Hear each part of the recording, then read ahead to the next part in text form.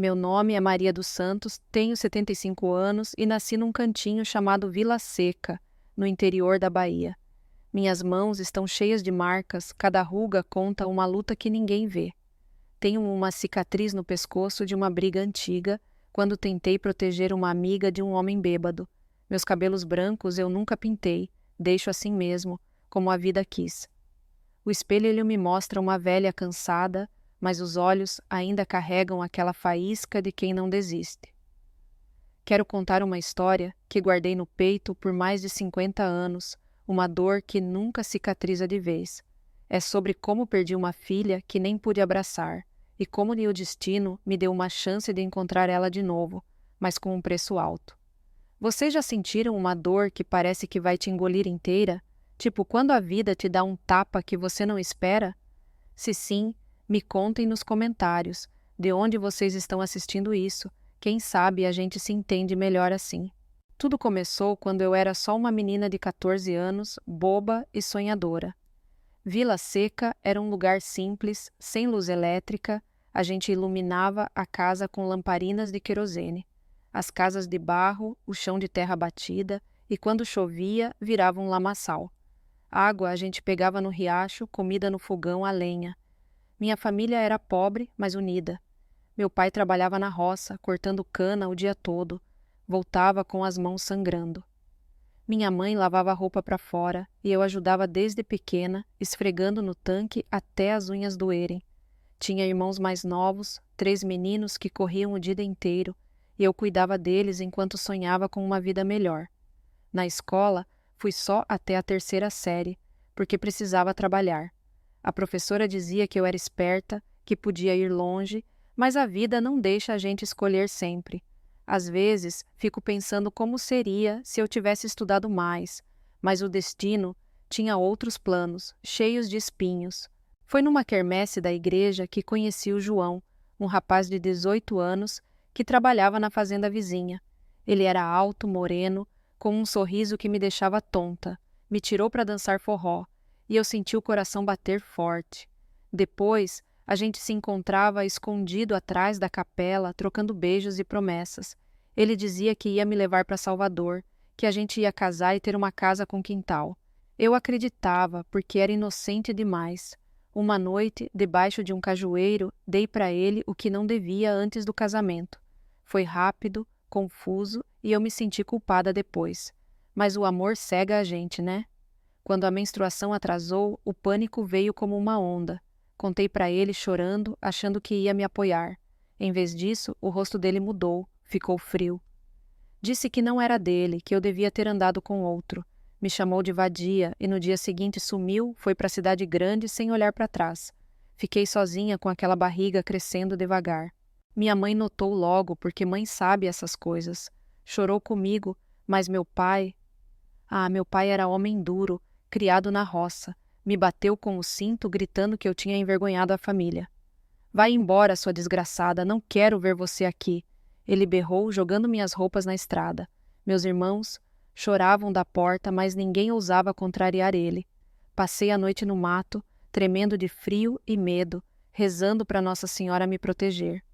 De manhã, tia Lourdes, uma vizinha viúva, me encontrou e me levou para a casa dela. Não vou deixar uma menina na rua com um bebê na barriga, ela disse, me dando um canto para dormir e trabalho costurando roupas. Era duro, as mãos ficavam inchadas, mas era melhor que nada. A vila toda cochichava, as mulheres me olhavam torto, os homens riam pelas costas.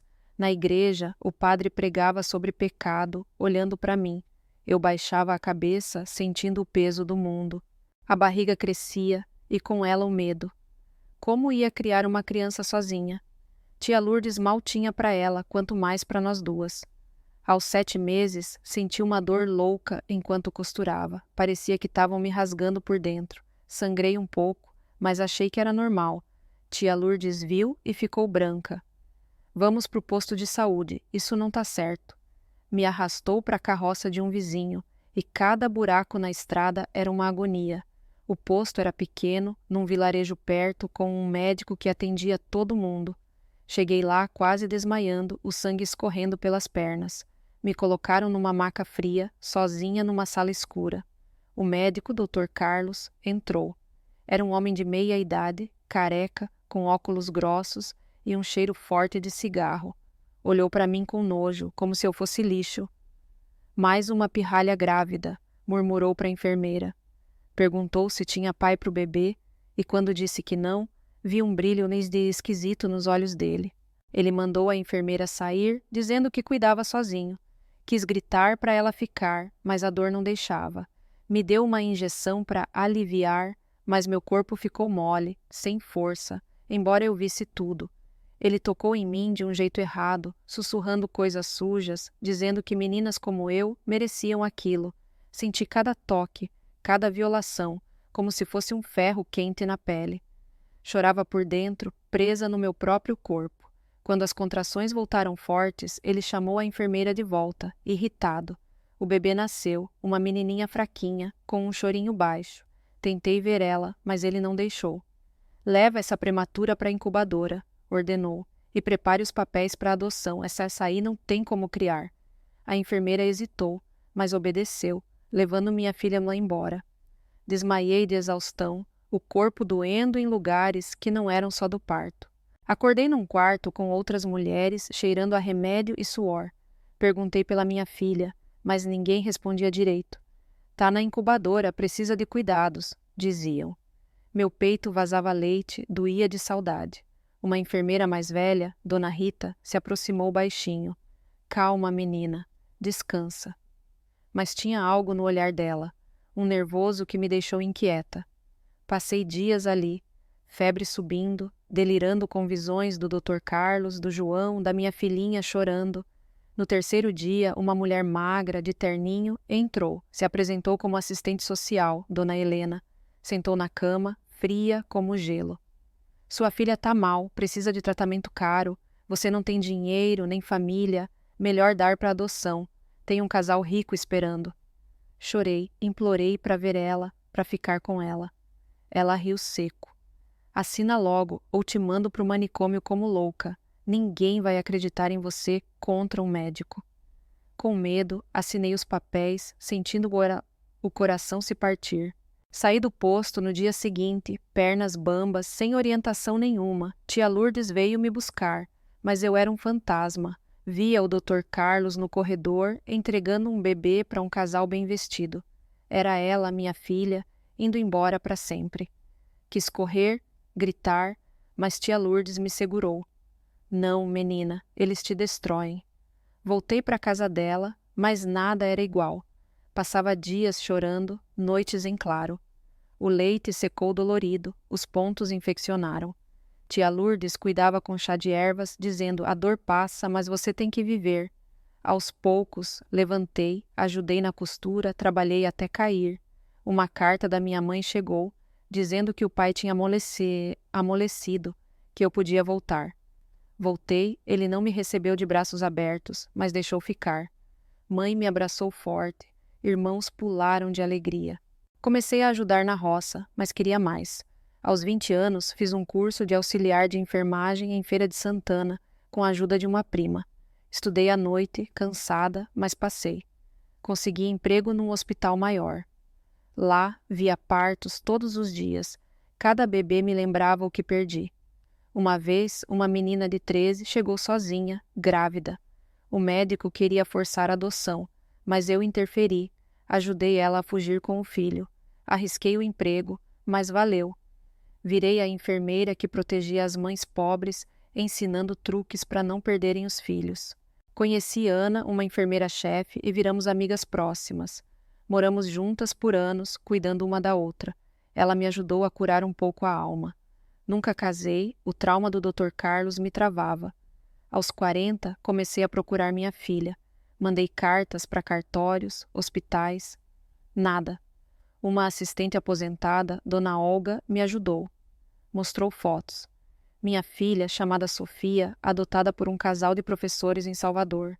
Tinha 25 anos, era professora, casada com um filho. Chorei de alívio e dor. Decidi não aparecer, para não bagunçar a vida dela. Mas o destino é teimoso. Aos 60, no hospital, uma nova médica chegou. Doutora Sofia. Reconheci na hora. os olhos iguais aos do João. Meu coração parou. Trabalhei com ela, ensinando sem revelar. Uma emergência, uma adolescente em parto prematuro. Trabalhamos juntas e no fim ela perguntou por que eu chorava. Você me lembra alguém que perdi. Viramos amigas, ela trouxe os filhos, netos meus para conhecer. Pedro e Clara, lindos. Clara me chamou de vovó do hospital. Guardei fotos, mas guardei o segredo. Sofia se mudou para Recife, contatos diminuíram. Aos 70 me aposentei. Doente de câncer no fígado, escrevi a verdade numa carta, mas enviei uma falsa.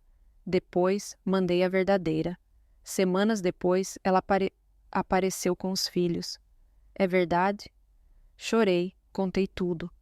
Ela ficou chocada, mas abraçou. O marido não aceitou, pediu divórcio. Sofia escolheu ficar, mudou para perto. Nos últimos meses, vivemos juntas, ela cuidando de mim, netos brincando. Parti em paz, cercada por eles. Essa dor me ensinou que o amor volta, mesmo tarde. E vocês já passaram por algo assim? Me contem nos comentários e se inscrevam para o canal para mais histórias reais. Beijo no coração.